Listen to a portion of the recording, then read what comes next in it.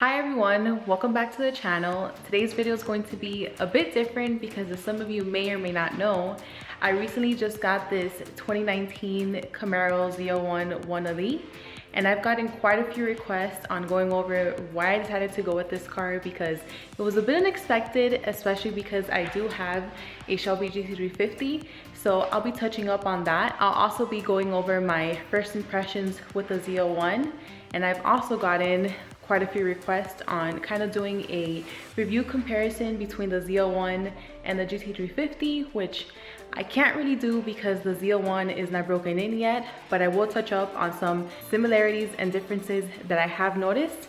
So let me go ahead and grab a chair so we can have a chat. So it all started with the red ZL1 that I drove on my channel for my D-Drives video. If you haven't seen that video, then I'll go ahead and link it in the description down below. So I really didn't know what to expect when I was going to drive that car. I mean, I had many people tell me that it was a great car, that it was fast, and I should try it, but you really don't know until you actually drive it. So then I drove it and I really liked the power delivery, the torque it has, and not to mention the way it looked. So this sparked my interest into looking into a ZL1, but I also knew that the next car I got, I also wanted to take to the track because I do like going to the track myself. So then I started looking into the 1LE variant, and the more I looked into it, then I decided that that was the car that was the best for me. But before this, I also considered other cars. So let's take it back and explain to you my thought process on the cars I was considering. So it all starts with the ZL1 because this is the car I had driven. I really enjoyed my experience, and also because I mainly was looking to get an automatic just to have something different on the day that I didn't want to drive my manual GT350. So I started looking online on the ZL1, and you know how the internet goes. You start looking at one thing, it leads you to another thing. So that led me to a Hellcat, and then that also led me into looking into a Z06. But like I mentioned before, I knew that the next car that I got, I wanted to take to the track. So that made me eliminate the Hellcat because, I mean, sure, you could take it to the track, but it just wouldn't be the best. So I stayed in between the ZL1 and the Z06, mainly because they're very similar because they share the same power plant. The Z06 is faster because it's a lighter car, but that didn't really matter to me because I already had my eyes set on the ZL1. I really liked the body and everything about it. And just adding the 1LE variant made it everything that I was looking for in a car.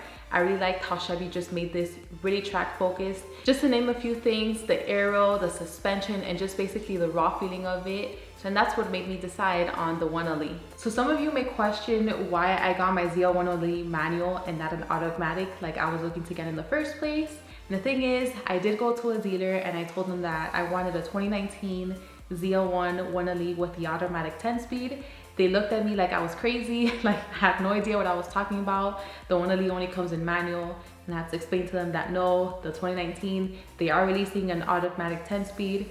And we decided to build it together, and I also wanted the color Shock that's coming out for 2019. It's a really bright color, it really spoke to me, and I absolutely love it. But either way, after building the car, they told me that it would take like about a month to a month and a half to get it built and delivered to them. And I told them I just couldn't wait that long just because I was too excited and I wanted the car right then and now. So they told me it was impossible, and they also didn't have any ZL1 one of these on the lot. So I decided to look at other dealers close to me, and thankfully there was a dealer that had quite a few, surprisingly. So they had a blue one, a white one, a red one, and this color. This color is called Shadow Gray Metallic. I really like the blue, but I think it's kind of common with the ZL1 1LE, so I didn't choose it. The white, it's not really for me. The red would have been a nice color, but then I saw this color and I saw how it was different and it kind of changes color depending on the lighting.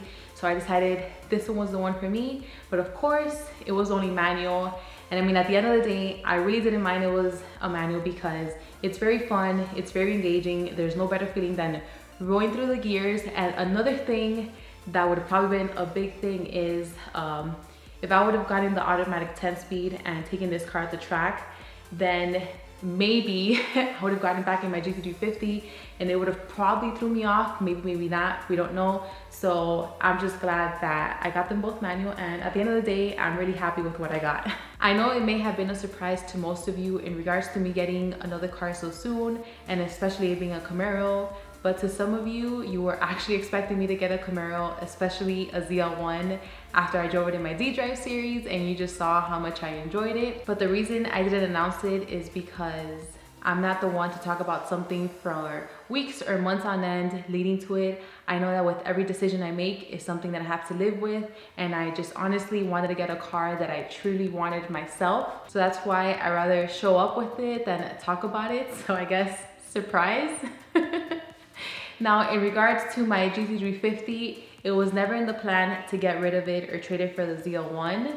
That car was and still is my dream car before I started YouTube, and also I started YouTube based on my Shelby GT350. It's very special to me and it still holds #1 in my heart, even though we know that the Chevy does outperform it.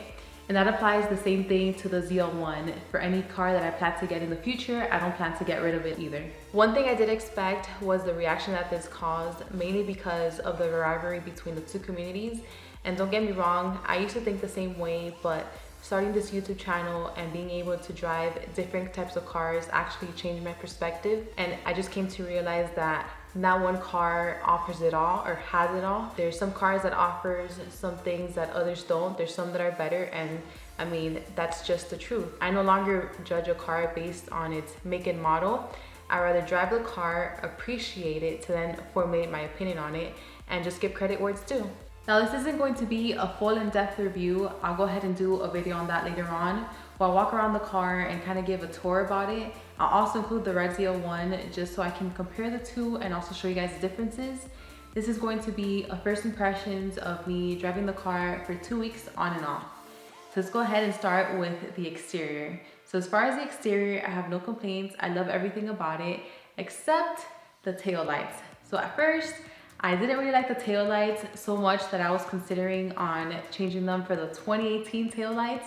I know some people are gonna call me dumb, but then I realized that the bumper's not the same, so I would have to remove the bumper, so I decided not to go with that. They have grown on me, so now I do like them and I won't be making any changes. So as far as getting into the car, the doors are very long, so you do have to be careful when getting in and out. The seats are very comfortable. The clutch is firm and it does provide good feedback. The shifter is short and it just makes rolling through the gears much easier, and it just feels great overall. I am also a big fan of the interior because there's Alcantara almost everywhere. The visibility is not as bad as everyone says it is, but it's not the greatest. Just adjust your seat. Now, once we get going in the car, the ride quality is as bad as everyone says it is. It's very harsh and you do feel every single bump on the road.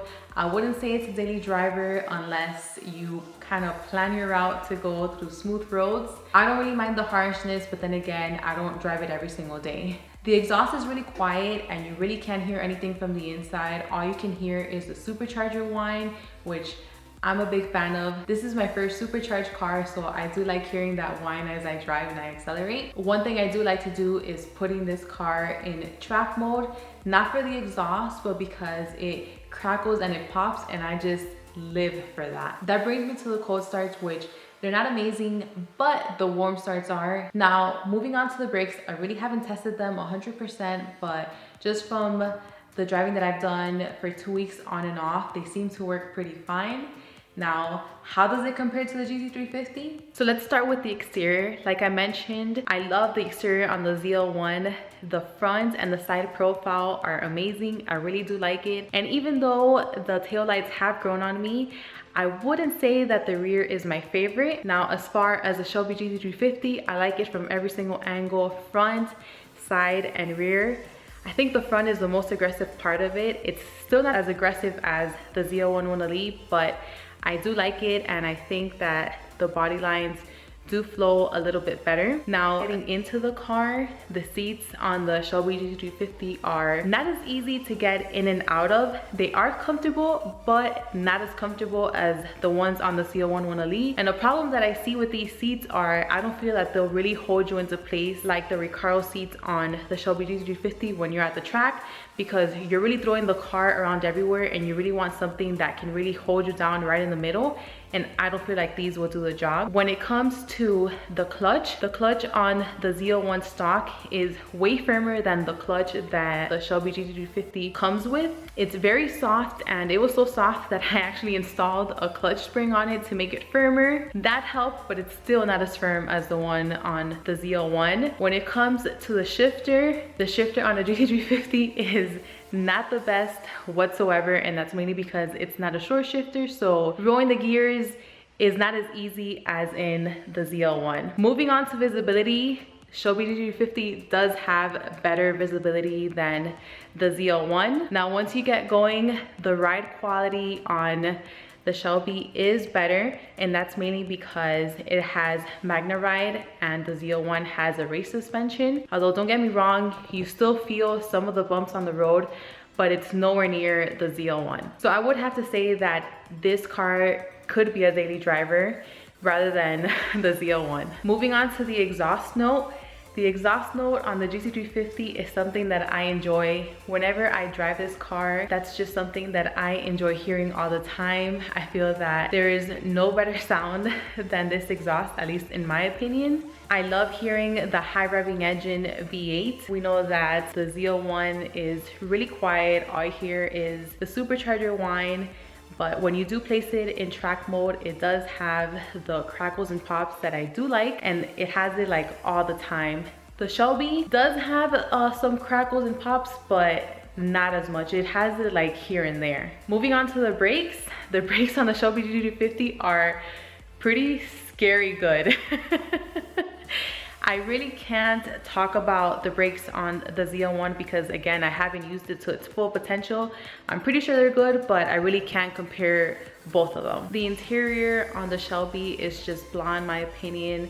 It doesn't have Alcantara, it's just plastic. Meanwhile, something that the ZL1 offers is that it has Alcantara almost everywhere. The cold starts on the Shelby GT350 are amazing. It's really loud, and I really do like that. The cold starts on the ZL1s are just okay. Now, once you get past the cold starts and you go to the warm starts, they're okay. Meanwhile, the warm starts on the ZL1 are pretty good because you hear that loud rumble. So that's pretty much it for this video. I know it's something different and not something that I usually do, but I really wanted to take the time to talk to you guys why I decided to get the ZL1 and also do a comparison between the two cars. I know it's not the in-depth review you guys were expecting, but in order to do that, I do need to break in the ZL1. Once that's done, then I'll go ahead and do the in-depth review between the two cars out on the road. Now moving forward, there will be videos on the ZL1 as well as the Shelby, so do expect that. But if you guys have any questions, let me know in the comments down below and I'll get back to you. That being said, I hope you enjoyed. Thank you so much for watching, and I'll see you in the next one.